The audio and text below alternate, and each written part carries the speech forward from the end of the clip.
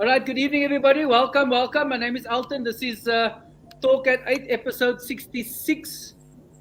So we've been doing this for a while. If you've just tuned in, this is your first time you're watching the show, it's a show about how sport changes people's lives, and we have guests from all over the world, all over Cape Town, all over the country. Right now, I'm sitting in a conference room. Jeremy, as you can see, I've got no more hair, so I had to sit here for the lighting, so it might blind you a bit, It's, Ja, het the is 'n sun bit came from my kalkop off, but be that as it may, I'm in Limpopo, and my three guests, MJ will join us in a bit, are based in Cape Town tonight. As you can see, they're all cold and warmly dressed over there. And tonight is a conversation around how sport has changed their lives. More importantly, my job is simple. I'm here to just be the conductor for this orchestra, and they are the musicians, and they play the tune. So let's start with a young lady first. Laila, how are you? Yeah. Good, thank you. How are you? I'm good, thank you. Tell us a little bit about who you are. Gosh, so it's Laila. Um, Running and hiking is what I do. That's just part time. So I do have a job. So this is just like a hobby, actually. So running, I belong to a club. We'll join the races that we have, the upcoming races that occurs during the year. Hiking is one of my favorite hobbies. I will do a day hike, multi-day hikes, and I'm enjoying just Cape Town and outside of Cape Town as well. And how long have you been doing this, Laila? I've actually been doing it for years now, but then you have running. I think it's like more than 10 years running, hiking before that. Always been active. I think COVID, then it got a little bit quiet and then started again, getting back to that fitness, but quite long. Yeah. And as where have you been as part of your hiking journey? Because I've seen some of your posts, and you've been like all over the world, all over the country, all over the show. World, I wish world, but definitely Cape Town. That's Table Mountain. It's Muizenberg side. That's Muizenberg Peak that I like. Silvermine Nature Reserve. I enjoy the hikes there as well. And then the running is all over in all the areas. So definitely Cape Town. Enjoying the hikes here in Cape Town. I've recently done Portable. That was 22 waterfalls, so we had to drive out that side. Matroosberg, the snow was amazing, and Sleeping Beauty was in Riversdale. I liked that one. Yeah. Look, I'm excited every week when I see your post, because I think one day when I'm big, I'm gonna be like Laila and go climb all these mountains, because it looks so amazing. And even like Montague Springs, you go to Montague Springs, you're in that water, but Mark, they have the beautiful mountains in Montague. Mark? Definitely. Mark, good evening, Mark. Tell us a little bit about who you are, Mark. Hi, good evening.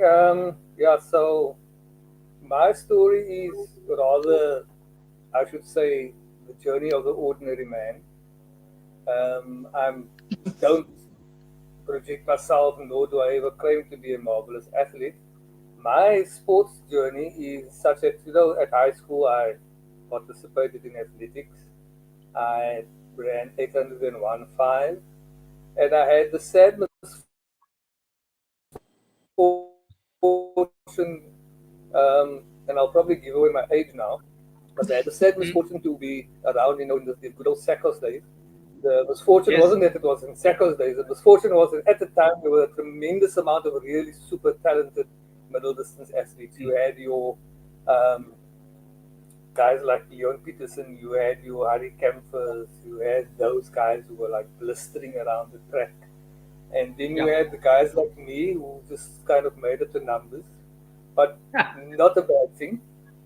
So, mass participation in sports was Yeah. big, and sport not only shaped that mass participation idea and the sport being a community and a uniting force, but also at the time, spoke about no abnormal sport in an abnormal society. So I was also very fortunate that along with the coaches we had at school, who were mainly teachers at the time, also a part of what they did was our political awareness and training in political awareness and talking about what was happening and talking about how important it was to train as well as you could, go to Atherton Stadium or Kraal or Greenpoint Track and run there and participate. And by your very actions, just as whether you regarded yourself as a top athlete or whether you regard yourself as a number filler or whether you regarded yourself as whatever, you were making a statement simply by your presence and by your activity. And that was an idea that I've carried with me all the years. Then, of course, very briefly at UWC, well, 4 years now seems brief. It seemed a lot longer back then. And then my involvement with sport was generally once a year, helping out with coaching athletes, and then during the year taking a code or two and that kind of thing. But personally, my own sort of activity took a background. Backseat. Yeah, I took a backseat. And that's how it was for about 40 years until last year. I found myself, and that's another story we can chat about later. But I joined this wonderful, this wonderful running club called Omidrai, and the journey since then has been amazing. I didn't realize how unfit I had become over time, but I found out very quickly, and I then just fell in love with running, and I've been running ever since, and sleeping and eating occasionally in between. Yeah. Mark, if I look at your Strava, your Strava is one of the busiest Stravas in my line. Hopefully, excuse me? I say, if I look at Strava, yours is one of the busiest I see every day. Oh. Every day you're doing something, yes. which is great. I am hopelessly addicted to dopamine. I confess that. I always said that I hated training and loved competing, but now I love training as well. So I love going for runs. If I don't, I have extreme FOMO. I can become quite irritating to the people around me and my loved ones. And I need to go and run. What's the time? What time is my next meeting? There's a couple of hours. I think I can get in a 5K quickly. That's become my life now. It's quite strange. Loving it. And we'll come to the benefits and how it's changed you, Mark. Jeremy, I mean, as an ex-footballer and now into the academic space, are you also as crazy about sport as all of us? I'm hyper crazy about sport. I was always hyper crazy. I played, of course, football, baseball, cricket. I love this stuff. And I recall, to the extent, where I enrolled as a physical education student at UWC, and that was during Mark's time. I think maybe Mark was a year or so ahead of us. I was with that. I started in 1984 at UWC, doing physical education. I never completed my degree.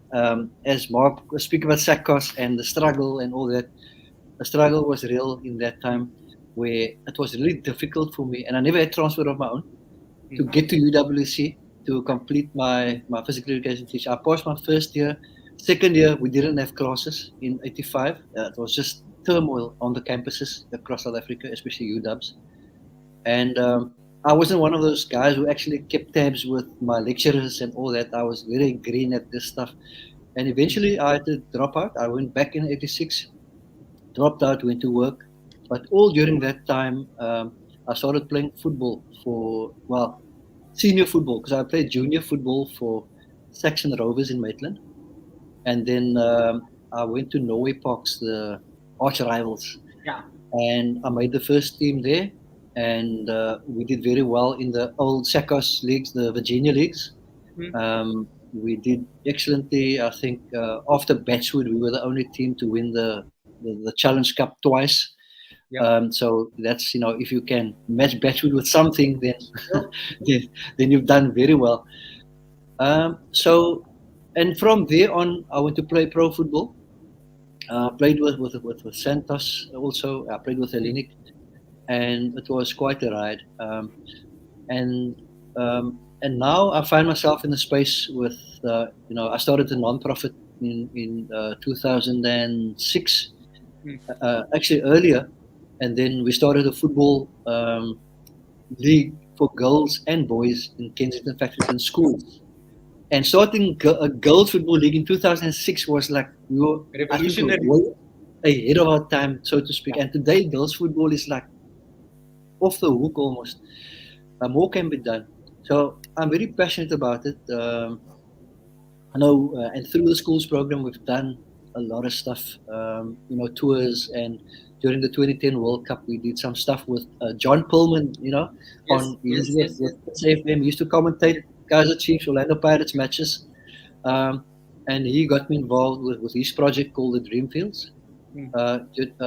Before the World Cup here in South Africa, and for another 7 years or so afterwards, it was something really phenomenal where we could give so much back to our schools in difficult areas, townships, on the Cape Flats, right across the Western Cape, and even take some kids up for national tournaments to Joburg and play at Tuks, a representative side from Kensington schools playing against all the provincial sides. That was something else. So I am crazy about sport. I love it. I'm so crazy that I need to have a hip operation soon. Is it? Yeah. So when I hear Laila's story and I hear Mark's story, I envy them.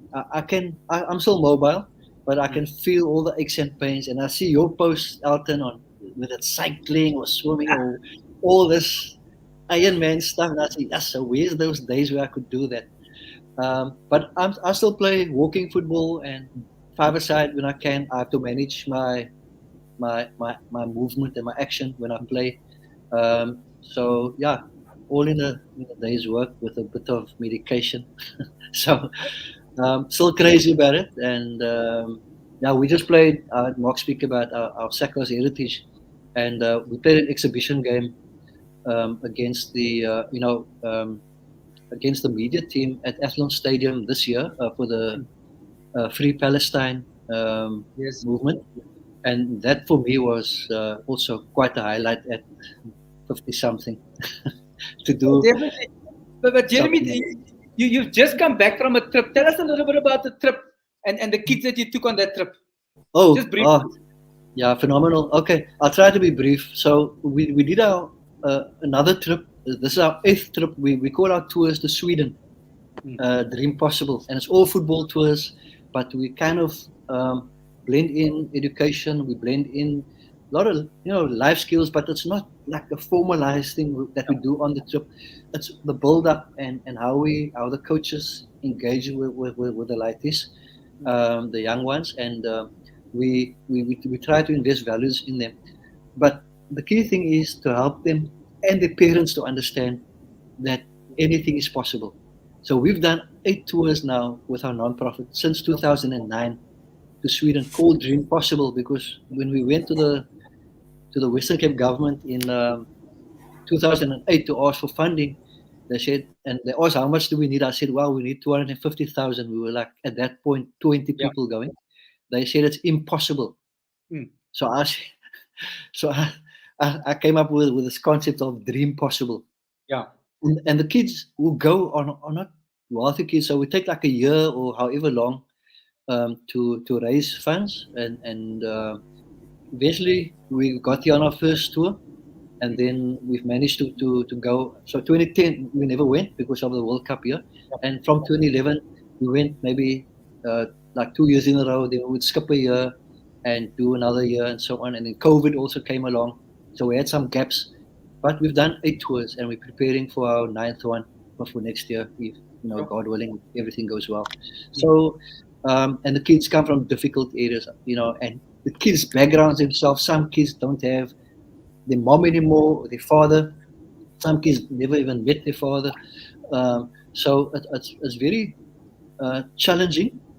But we've managed to get kids who would never have gone on tour to actually go, by also raising some funds overseas and also locally for them. But the parents have a responsibility to raise money, especially the flight ticket. Yeah. So we want them. It can't be a complete handout. They've got to make a contribution so that they have some sense of ownership as well. So yeah, I think Definitely.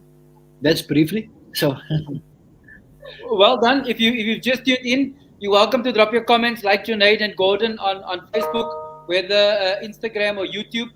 Junaid says amazing initiative. Gordon says well done, Jeremy. And Thank you so much. I'll touch on some of these things.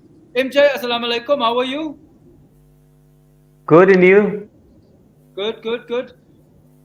Kung Fu is a little known sport of which you're the world champion. Tell us a little bit about Kung Fu. What is Kung Fu first? Thanks for having me on your platform, Elton. I appreciate it. I think Kung Fu is no longer little known in South Africa and the African continent. I think testament to that was the Africa Youth Championship that we hosted on the 2nd and 3rd of March here in the mother city. There were 9 African youth teams from the Southern African region that participated, including my SA youth team. And never in my wildest dreams as a professional did I think that in 2024 we would have about 200 African athletes from 9 African countries compete in a youth championship. So we're obviously doing a follow-up next year, 1st and 2nd of Feb. And this time we're hoping to invite around 13 countries. I think 22 years ago when I was studying Kung Fu at the Shaolin Temple in China, I was literally an anomaly because when they heard I'm from South Africa and from the African continent, they were very confused. But now that I see this next generation, and I haven't even retired yet, I'm still active on the international circuit. So I think that's very positive. The fact that Chinese martial arts has grown on the continent, and it shows that we need to actually do more to ensure that Africa's voice and echo becomes louder. MJ, I think that they weren't confused; they were confused. Yeah, the good one. Yeah. But yeah, look, I'm happy. I remember about 30 years ago, people were still confusing karate, Japanese martial arts, and Kung Fu. We don't quite actually encounter that in South Africa anymore. So I use that as a yardstick. One is Chinese, the other is Japanese. And if you're no longer confusing that, and the fact that most of my students are all Gen Z and Generation Alpha, that's positive. They're doing more than just TikTok. Definitely. Getting active and preparing him to represent South Africa in the future. Absolutely. So let me ask all of you this question. You all speak about how you've been involved in sport for such a long period. How has sport changed since when you encountered sport to where it is now? I'll give you each 2.5 minutes. Let's start with Mark, Laila, Jeremy, and then we come to MJ. How has sport changed the face and the action of sport since you started to where it is now? Mark. All right. So my sphere of influence in sport over the years until my retirement about 10 years ago was always around schools and sort of mass participation in sport. So I'll speak from that perspective. One of the sad realities which needs undoing is that sport in schools has become elitist. Sport has become focused on certain well-resourced and elite schools, and mass participation has actually died or been killed, whichever side you want to, or the argument you want to speak of, in most of our under-resourced schools. In fact, in the place where it's needed the most. Um, I hate to use the cliche because it's now become a catchphrase associated with certain parties and certain persuasions. A child on court in sport is a child out of court, and it's an old adage, and it's unfortunately it's true. I hark back to the days which I mentioned earlier about the old Sacco's days. I'm not saying go back to Sacco's days, but what we're saying is the ethos of mass participation um, actually meant that there were many kids who would otherwise have no kind of role models. The role models were people in the community. Was the guy down the road. This guy put on his Western Province top. He was like, yo, this guy is quiet, man. I want to be like him. I want to be like Jeremy. He's playing for Santos. He's playing for, I want to be like this guy. I want to be that guy. And kids, those are the role models. Unfortunately, our kids have, the role models are guys of ill repute these days. But let me not stray off topic. So my feeling is that yes, we do, South Africa, and we are South Africans with pride, and we see great world champions like MJ, and we see our Bokke, and we see youngsters at Craven Week and so on, like doing phenomenally well, and kudos to them. But I just wonder, are there not thousands of kids who are sitting idle, unmotivated, demotivated, simply because there's that lack of sport and sporting opportunities? And I've used myself as an example. I know you're going to be 2.5 minutes. It's a dangerous thing. As I said that early in my introduction, I was never a top athlete. I was never a super athlete. I was never a provincial material, but I always enjoyed playing sport. And it kept me busy, it kept me occupied, it kept my buddies occupied. If you want to do things, we grab the ball and we play. Intervals, we played soccer. After school, instead of going to the shop and hanging out and having a smoke, we play sport.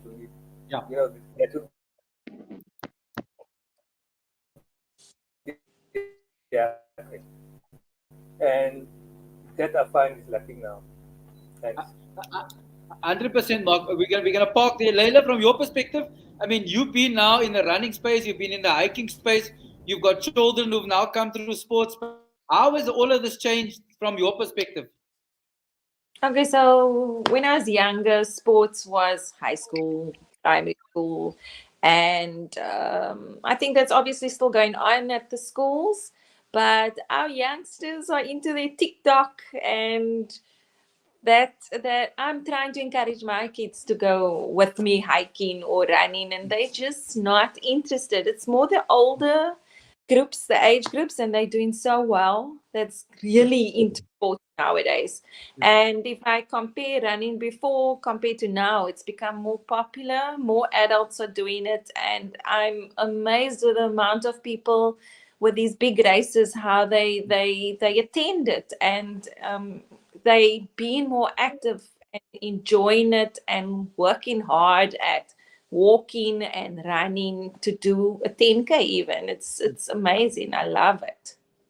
So, and hiking has become more popular since COVID's time, and just getting out there. People are hiking in the mountains and doing the park runs and just doing normal walks and just being more active. But definitely more popular when it comes to hiking and running nowadays compared to back in the day. And do you find that, because often now that you're saying that a lot more people are hiking, that the mountains are becoming fuller, or is it just more people in general on the mountain? Because often people say, oh, if I go hiking, it's going to take me longer because there's a lot more people on the mountain. Has it changed? Or a lot more people. There's also that safety issue regarding you have to be with a lot more, like a bigger group. That is a big thing. You can't just be 1 or 2 people on that mountain. You need to go with a group. So maybe what you see is groups of people now that's joining, that it does look quite a bit more, I would say, but it's safer. And Yeah, but I think because everyone is becoming more active, it's great. But you have your times, maybe check weather and all that stuff. Yeah. And like for example, Lion said, there you will have to wait. There's a queue to use the ladder or something. So there's traffic definitely on the mountain. Mm. Okay, that's good to know. Jeremy, from your perspective, coming out of before I get there, Tim Bluggernoot says on Facebook, hiking doesn't cost much. It's a cheap access to exercise. Agree with you, Tim, but you need people to know the routes on the mountain. You can't just go and walk. As much as it's signposted, you still need someone to know what's going on. And like Laila says, you definitely have to go in groups, Tim.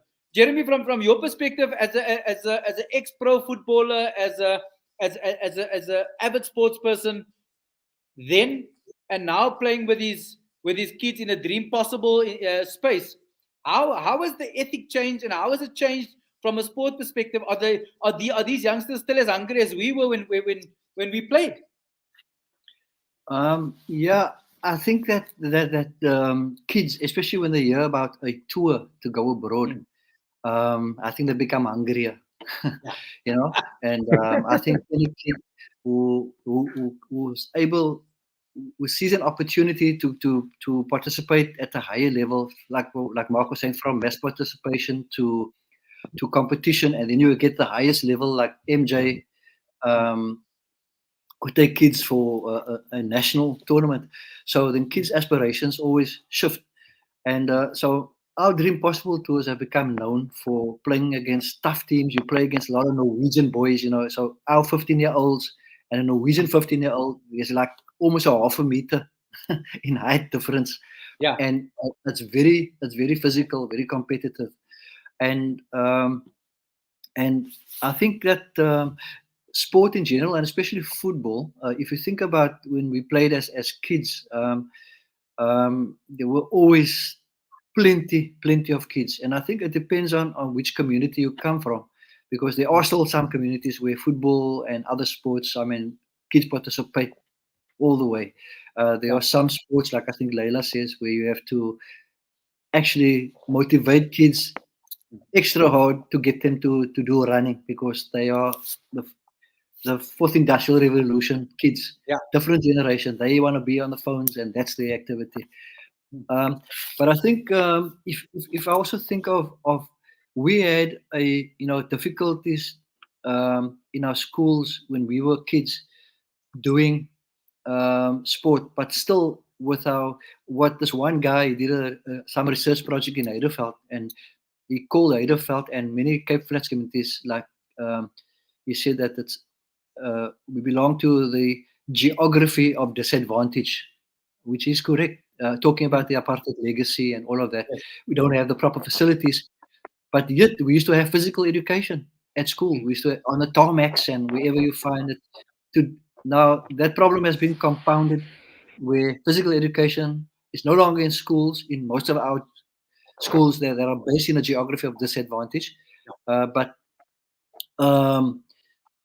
you still have, we've got a program that we are running now since 2013 at Wingfield Primary. Now, if you know Factoryton and Kensington, then Wingfield Primary was one of the schools not in a very good part of the neighborhood, but we managed to get, it was just also through John Pullman, second-hand artificial grass, which was then installed by civil engineers. And that artificial pitch, well, we need to replace the grass now, but it's been 11 years now. And we've been conducting physical education for up till now, 1,000 kids a week. The two guys who are the head coaches were part of our schools program in 2013, 2014, 2015. They were ladies doing physical education when we first started. Now they're the head coaches. And it's a grind. It's difficult. So I think our sport, there's a lot of things have changed. Physical education through OB, outcome-based education, and a whole range of other things. They kicked physical education out of school, so that compounded the problem. But I think, of course, we need to get that back. Even running. I mean, there was a lady in our visit program who made the Western Cape side because 2 years after we installed that artificial football pitch, because this laity could just run the whole day around that pitch, and we cut the grass at the back of the school, and we made our own impromptu track. This laity represented Western Province, and you were talking about the badge earlier, the Western Province Senior Schools Union badge, and that was always my dream. I could never make it, but I could make the Western Province football side. And for me, that was always my aspiration. That was the top, the pinnacle that I wanted to strive for. And that is not there anymore. Well, it is there, but if I look at athletics, and Mark was referring to Harry earlier on, and he was always involved in schools athletics, and how the schools athletics scene has changed. Schools don't have the money or the appetite, or teachers are too busy. The whole thing has changed, but we need to somehow look at how can we change and revert back and have some ideal that our kids can reach for and create that.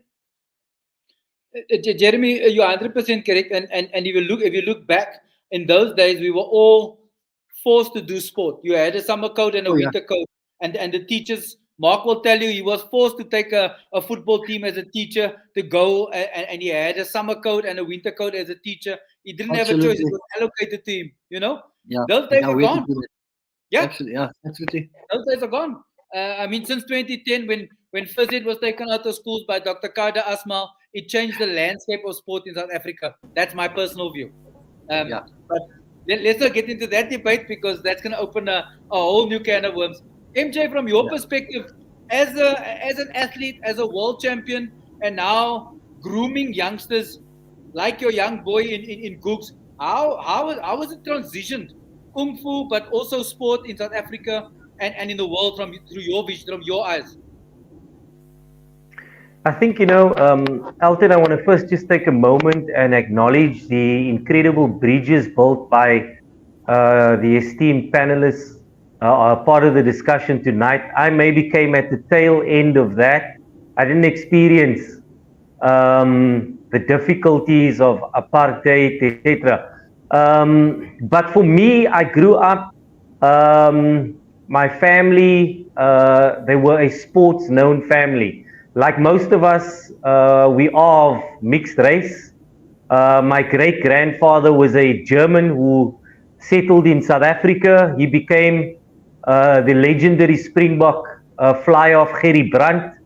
And then, later on, my white Caucasian family, they embraced Islam, and they obviously chose the side of the oppressed. So I'm kind of like mixed and smack bang in between all of that. But I think I grew up playing cricket, rugby, soccer, athletics, and I actually at one point viewed the possibility of either playing rugby for Western Province or cricket for the Cobras. But Kung Fu and martial arts was always there, and it gave me this opportunity to truly express myself, and I needed to make a decision as to where I would want to go in the future. And I chose Kung Fu, and I'm not fazed by the decision. I'm happy with the path that I'm on. And I think for me, 9 years ago, when I launched my foundation and we started working with youth from Wellington, Palm, Bekweni, Mitchell's Plain, Guguletu, Khayelitsha, Bonteheuwel, we then started, unearthing a lot of these diamonds and giving them opportunities, because what I saw were rough diamonds. So yes, this generation, they do have, not all, but for the most part, I do see a short-sighted mentality. So if we're going to Hong Kong for a championship, like we're taking the next SA youth team now on the 10th of September.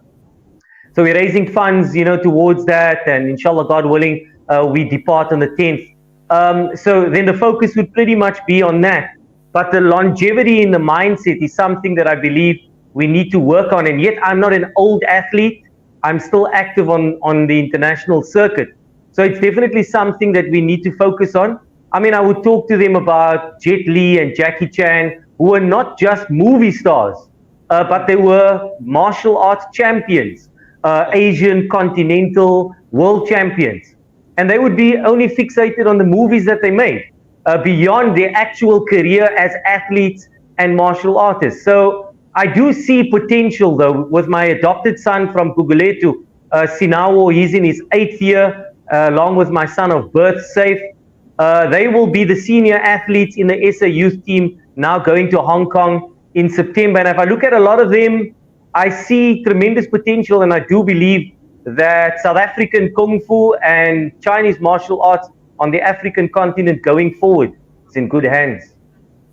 Definitely, and I agree with you from just watching the progress of Zenabo and everybody else following the path that there's been metaphorical, if you want to use that word, rise of these guys, which is never seen before. To my point earlier, that most people didn't know that Kung Fu existed. Hence, I threw that tongue-in-cheek comment, tell us about the sport that almost doesn't exist, because it's on the rise, you know? And Jackie Chan and those guys made Kung Fu and Karate famous by the movies. But let's park that there. I'm going to ask you each a question, which you've all alluded to in a different way. Because Jeremy spoke about the difference between the South African athlete and the Norwegian athlete in terms of size. MJ, you spoke about it in terms of ability. Mark, you spoke about it in terms of the way that people participate. Laila, from your perspective, you spoke about it on hiking in preparation. So how important is nutrition in what you do? And I understand none of you have a degree in nutrition. None of you are qualified from your personal perspective. How has nutrition influenced the way that you act and perform as a sports person? Let me start with Jeremy, then I'll go Laila, Mark, and then I'll come to MJ again. I think this is quite an interesting topic, because like I spoke earlier about the geography of disadvantage. Nutrition, for you to have a big, strong body, you need the right food. Now we know a lot of our kids don't eat the right food, basically due to economics. It plays a big role, and that's why I commend the South African, the education department, where they have meals for kids in school, just because they understand the value of nutrition for education. So we don't have a particular program for our kids, because our focus is maybe a bit different. Although we've had some nutritionists from interns, we've had a Swedish lady from overseas to come and do a master's internship, but she focused on nutrition, and she was active in one of the schools that we serve in Kensington. So I understand that nutrition is important, but on our tours, though, we help kids to understand what they can eat and what they can't eat. So on this last tour, for instance, we had 4 young coaches with them, and these boys couldn't have fizzy drinks for 2 weeks. Sure. Unbelievable. And they applied themselves. They could match, with our technical ability, especially in our second tournament. We could match and overcome the size factor. The guys had the spit bull mentality, and just because our technical ability was quite good, we worked on that, because we knew they're going to beat us on a physical level. So and I understand that we can look at that going forward, to look at how we can improve that. But of course, nutrition, obviously, in some cases it costs money, but a lot of our kids don't like to drink water, for instance. It's like, why must I drink water? But that's a basic thing which they need to look at more. And so it's all education. Also for me, myself, I've got to learn a bit more about the value of nutrition. I know some of the academies have a good nutritional plan, like I know Ajax Cape Town used to have, and I think Cape Town City obviously has that. But it's critical. Yeah, look, and the reason why I'm asking it is because you raised the comment about the challenge in height and the size difference. If we start nutrition young, we build a better base. right? Oh, yes. And we talk about long-term participant development, which is a whole new different discussion, which Ibrahim, who says awesomeness, will know about. Nazim will know about it. Nazim White, who's here. Laila, from Hello, your perspective, Nazim. yeah, you know all these guys. Laila, from your perspective, when you go hiking, what's it like? I mean, do you take a whole fridge with you? Because I see you got the fridge in the background. You pack everything in the fridge, or do you just take some stuff with you for your hike? Because people don't know. You're on mute. Yeah, sorry about that. Thanks. I was just worried there's going to be sounds here, so thank you. So, Jeremy mentioned water. I think that is definitely one of the most important. You must keep yourself hydrated through the week. Don't think, okay, I'm going to take water with me on my hikes. Even with running, hydrate through the week, especially if you're going to do a long run. Drink that water before. I'm not going to even speak about your shakes and that. I don't know a lot about shakes and everything, your protein shakes or whatever, so I won't even bother with that. But healthy things like water, vitamin C, I think is very important. That helps with recovery, I find. And you don't want to get sick because of all this intense training or running or hiking. But for hikes would be your banana. That is perfect in the morning. It gives you that energy that we've got oranges, noaches that we take with. Nutrition would not. This doesn't fall under nutrition, but on our hikes we have the bolas and the kusistas that go. That comes out in our snack time, which is not nutrition. But you feel okay. You burn some calories. You can spoil yourself with a kusista or a bola. But definitely vitamin C is very important. Water. I use energy drinks as well. So that's your Energade, Powerade, that I like. Laila, what would you pack on a day hike? What would go in your backpack? Okay, so What it depends would how long the hike is, because you Let's say definitely a 3-hour hike. A 3-hour hike. Oh, that's easy. So that's your fruit. It's fine. Lunch, put in lunch there. You're going to be hungry when you're on top of a mountain or something. Anything you like to eat, just pack it in. So drinks, anything. You can pack whatever you want to for a hike. It's actually quite easy. And your salt. People crave salt as well. So it's chips. We have biscuits. Lunch is important, so pack that in. You know, the salty cracks with the cheese. That's so much fun. So everyone will bring cake or whatever. Pack whatever you want.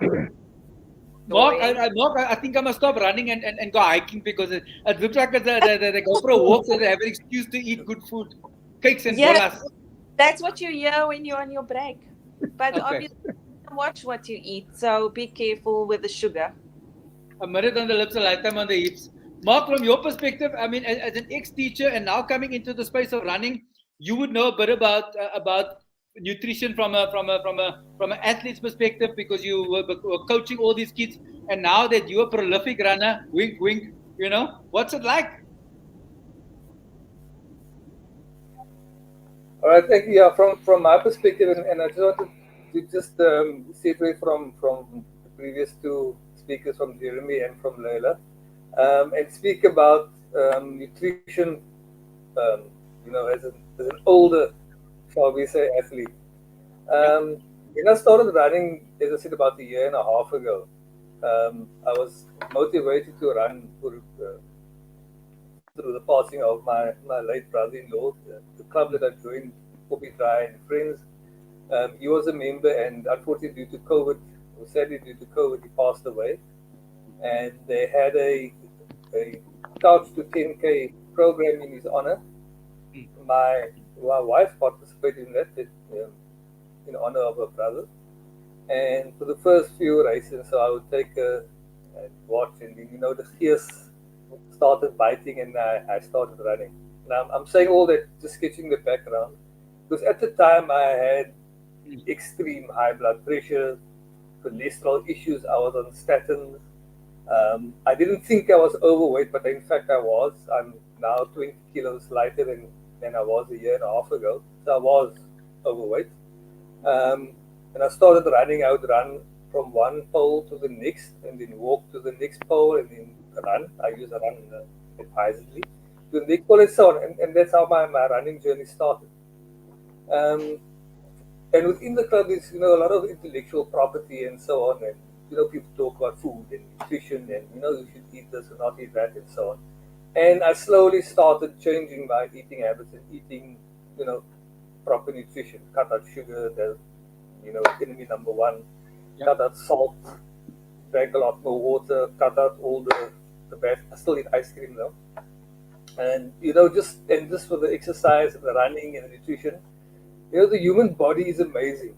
After, like I said earlier, 40 years of gymming now and then and doing a little light stuff and playing golf and thinking that was exercise, I hadn't realized how badly out of shape I was. But the human body really adapts, and nutrition and what you eat, what you put in really is what you get out.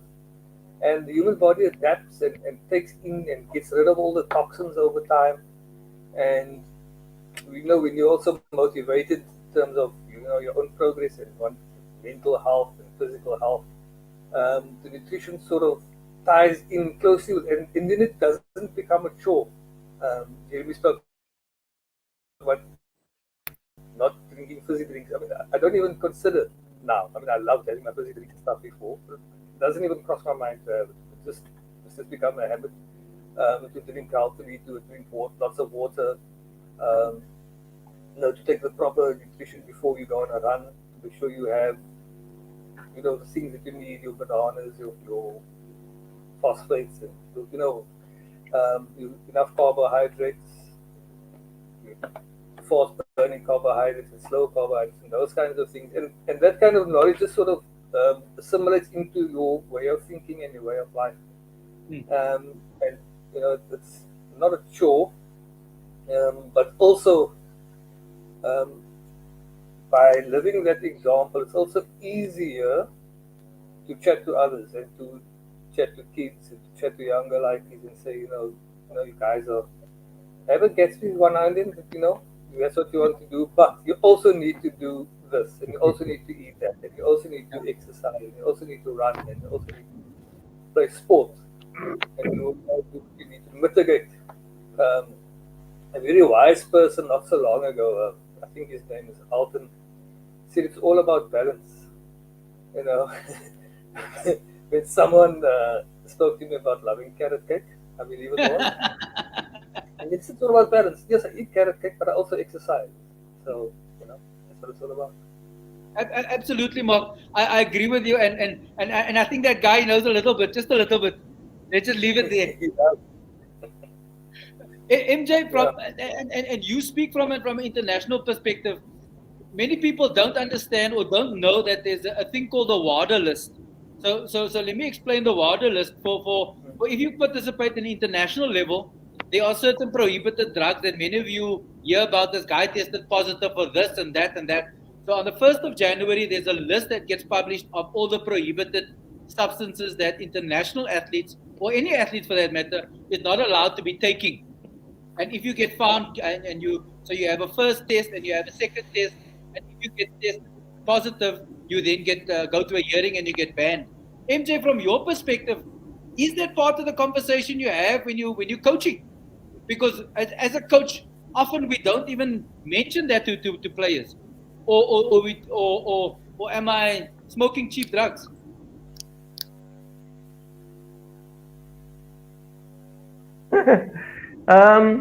Look, it's a conversation that I've had with some of my senior athletes like Sinawo, Lukman, Saneze, my son Saif, because they're 8 years into Kung Fu training, and I view that by 2026 they will turn pro, and they should actually get their Protea colors. So it's a conversation that I do have, but Kung Fu and martial arts is essentially linked to Chinese medicine. And I'm fortunate now to be doing my postgraduate studies in Chinese medicine. So perhaps after I retire, it's something that I can concentrate on from a full-time perspective. And education, I think, for young athletes is also absolutely crucial. and don't wait for the career to end and then to think about decisions. You should be making these investments early in your career already, and you need to be street smart. So it's a conversation that I've had, but I think in terms of Chinese Kung Fu, everything is natural, it is simplistic. Once again, moderation is absolutely key. During the week, for as long as I know myself, through training, everything is related to white meat, chicken and fish, as well as plenty of green vegetables. I substitute potatoes with sweet potato. I don't do white flour. I don't do sugar. And then over a weekend, perhaps if I want to have red meat, or if my son wants a pizza, he's 17 years old, I'm a human, so you've got to live also. So these are some of the lessons that I pass on to the next generation now. And for me, like clockwork, if I'm up early in the morning, preparing for early morning prayers and then my own personal training, I think the very first thing that's uppermost in my mind is my body is my greatest treasure. It's my wealth. It has served me over a long period of time, and I would like it to do the same for me. So pink, pure Himalayan salt in lukewarm water in a glass is the immediate thing I have on an empty tummy. And that is immediately then followed by a handful of dates and raisins. And then I would have a cup of green tea, not tea bags, the pure herb that we brew. And then I would end my day with the same, but no green tea at night because it alerts brain function. So these are like little practices and habits that I've inculcated over the years. And I slowly then share it with the current generation. Because with the SA team that I'm taking to Hong Kong, they're going to be facing athletes from about 35 countries. So there's a strong contingent of athletes from Central Asia, Uzbekistan, Kazakhstan, Turkmenistan, and these are strong athletes. I've competed against them over the years. So our genetic makeup in Africa is different, but I do believe we have the strength, we have the fortitude to actually match what they have and even go one better. So I'm mindful of that. And then also facing a strong contingent from mainland China, from Chinese Taipei, from Chinese Hong Kong, from Macau, Malaysia, Singapore, because a lot of the athletes in Asia, essentially this is a lifestyle that they've lived, their parents, their grandparents, great-grandparents have lived. It's not a hobby. It's something which people frowned at when I got involved in it. But if you travel to Asia, you see that this is a lifestyle. So these are some of the things that I'm currently preparing the generation for and with. And hopefully when we depart on the 10th of September, they'll be ready to represent the continent and South Africa. Inshallah. So we're coming to the end. So let me ask each of you this question. What's next? Firstly, for each of you. And secondly, in closing, why would you recommend someone to do sport? So what's next for you in your personal journey in a sporting space? And why would you recommend sport to anybody? Why would you tell me to play sport or do the sport that you do or just do sport in general? Because ultimately that's what we want as part of the show is to create more sports people to have a healthy life and a healthy South Africa and a healthy world. Let's start with MJ. We'll go around and we end with Jeremy. So MJ, from your perspective, what's next? Tell us about the luncheon and what's next for you. Yeah, look, I think from a personal perspective, I will be competing in Hong Kong. There's a professional athlete division that's between the 13th and 17th of September. So I look forward to representing my country once again. A lot of old foes and opposition that I've faced over the years, many of them will be there. So, we look forward to continuing that rivalry and to once again do South Africa proud. And then along with that, the important task of leading and coaching the 10 athletes in the SA youth team that will be competing there as well in the semi-professional and beginners division. It's going to be a huge opportunity for many of the athletes because half of the team, they've never been to Hong Kong or China. So this is a massive experience for them. And I think one of the panelists was making reference to fundraising. It's always very challenging.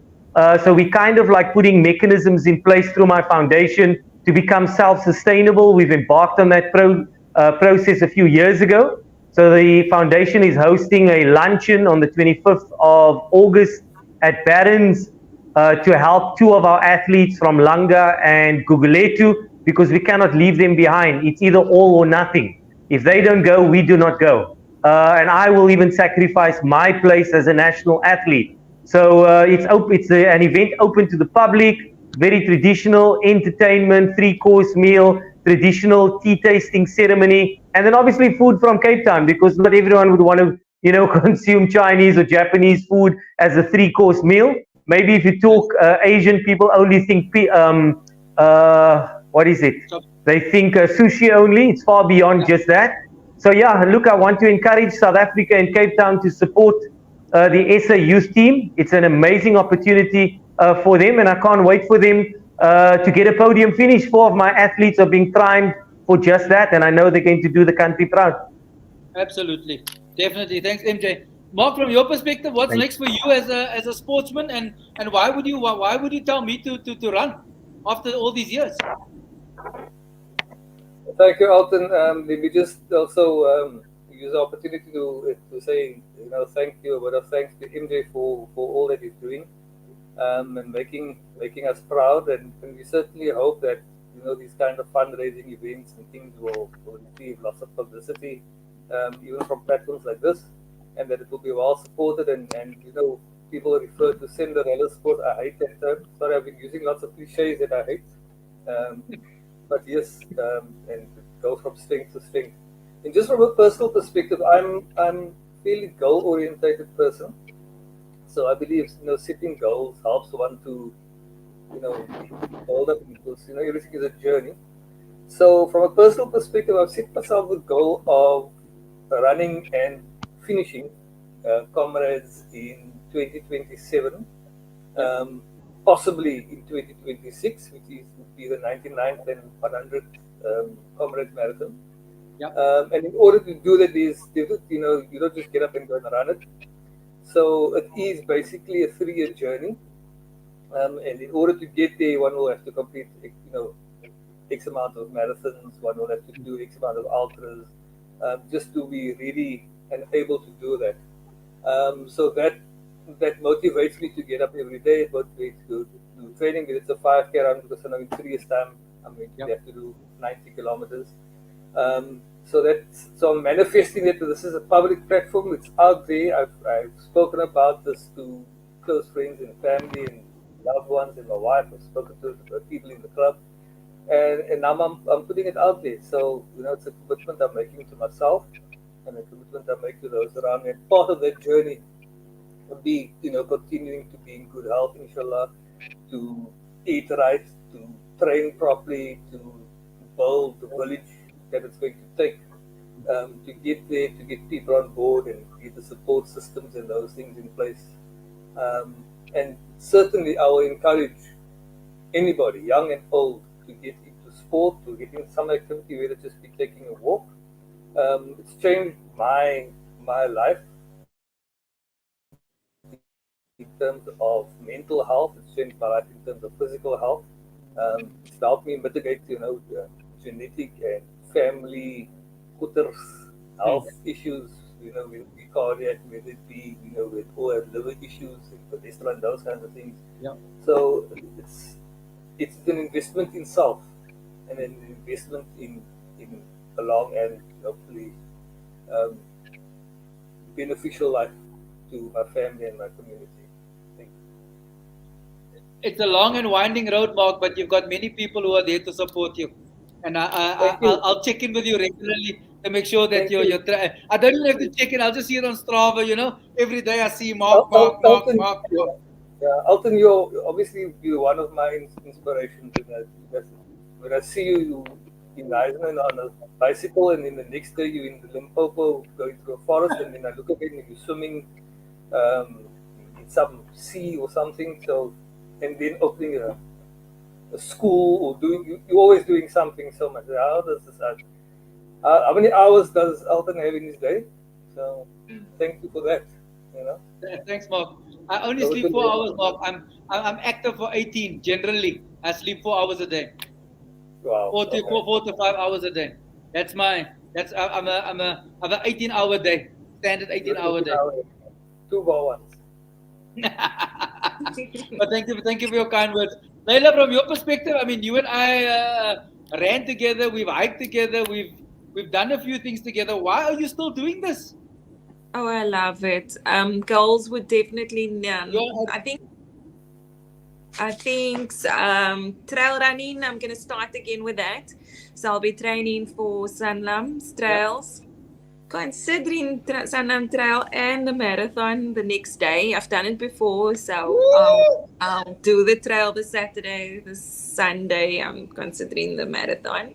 I have started slowly training now again, so it's cold. It was very difficult. My body was aching of the cold last week for a 5K, but I need to up that and start training for trail running. I'm going to consider comrades because that is a lot of time. You need to remain consistent. The support needs to be there. A lot of hours early morning to train. So if work permits, I'm going to try that as well. But my passion is trail running. I love that. Why do you want to do running, hiking, getting out there, the fresh air, the beautiful views? Definitely de-stresses yourself. Like Mark mentioned now, the mental state, it helps a lot with that. Helps with sleeping, anxiety, it helps with that as well. So, and you feel a difference when you've been outside, when you played outside. It's definitely a must. You must go outside and play. Absolutely. Play is the key word. It's about recreation more than competition. Yeah. It's hard work at times, but you feel the results. Definitely. Mr. Jeremy, from your perspective, I mean, you've now listened to everybody. Wow, what are you going to say? That's the question. I've got all the answers from the 4 of them. Thanks.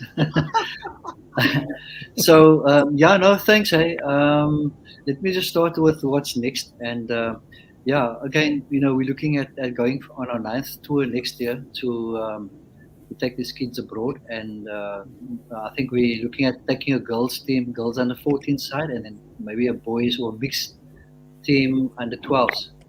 I think it just gives kids a different perspective of life and what they can achieve. Just like MJ, when the kids go to Hong Kong, I think maybe the first time when they've traveled there, they just get a different perspective of what is possible, and what they are able to achieve. So I think those kinds of tours and any other activity, we can even do that in South Africa. Take kids to an academy in Joburg or Durban, give them a different perspective of life.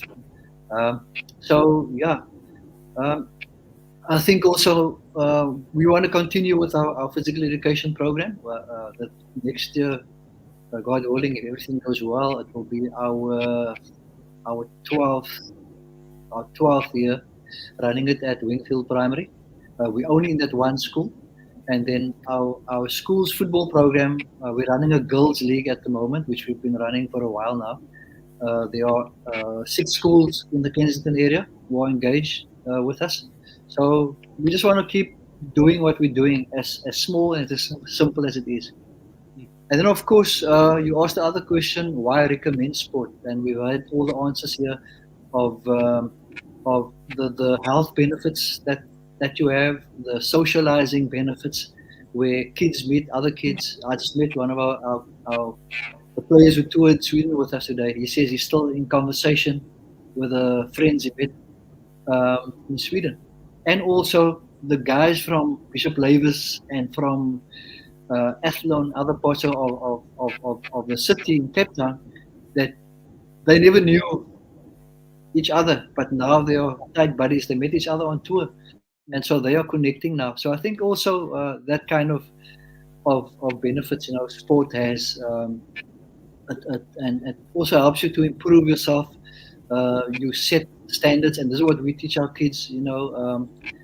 Push the limits. You have more than what you think you have, and like Laila or MJ and Mark, like you're going to do the comrades, Mark, and of course, you're going to have to push boundaries galore. I don't know if your run is going to be uphill or first or downhill, but there are so much boundaries that you have to push and break. So I think there's just so much benefits. You have a healthy lifestyle, and just to participate. You don't have to reach the pinnacle of the sport, but if you've given your best, and this is our mantra at physical education, and you have a lot of kids who are obese. So I'm just telling that kid, you just give it your best shot. It's not about who gets to the end line first, but you give it your best shot, and that's all we want. And you can see how the kids feel affirmed. They feel, okay, I'm not being graded according to a particular level that says I will fail if I don't achieve that. So everybody achieves, and that is what sport can bring to us. Absolutely, and Jeremy, you touched on an interesting point that participation is more important than a medal, because 100%. We need people to be active across the space. We need people to be healthy. We need part of the benefits of sport. It gives us a social interaction. None of us would have known each other if we didn't know sport, and we didn't have sport as the connector. It gives us dedication. It gives us commitment. It gives us respect. It gives us punctuality.